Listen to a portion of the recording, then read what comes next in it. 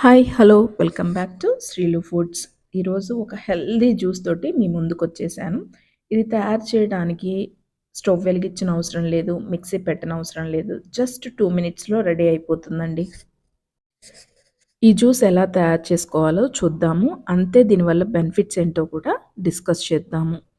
So, ఇలా passion fruit తీసుకోండి. మంచిగా పండిందైతే చాలా బావుంటుంది జ్యూస్. దూరగా ఉన్నా సరే పర్లేదు.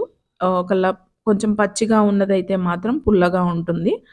సో, ఇలా 2 ముక్కలుగా కట్ చేసుకొని చూసారా లోపట గుజ్జు ఎలా ఉందో? ఈ గుజ్జునంతా సెపరేట్ చేసుకోవాలి.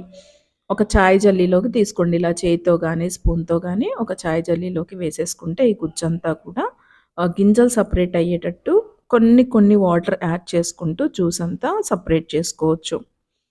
దీనివల్ల బెనిఫిట్స్ అయితే చాలా ఉన్నాయండి. Iron, C vitamin and vitamin K ఉంది, ఫైబర్ ఉంది. అండ్ మెయిన్‌గా ఇమ్యూనిటీ సిస్టమ్‌ని డెవలప్ చేస్తుంది. అండ్ హార్ట్‌కి చాలా మంచిదంట. అండ్ ఇంకొకటి స్ట్రెస్ రిలీఫ్, నిద్ర చాలా బాగా పడుతుందంట. సో, దీనివల్ల బెనిఫిట్స్ అయితే చాలా చాలా ఉన్నాయి.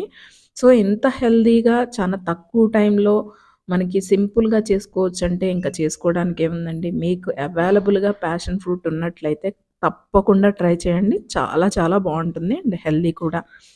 సో, ఇలా కొంచెం కొంచెంగా వాటర్ యాడ్ చేసుకోండి.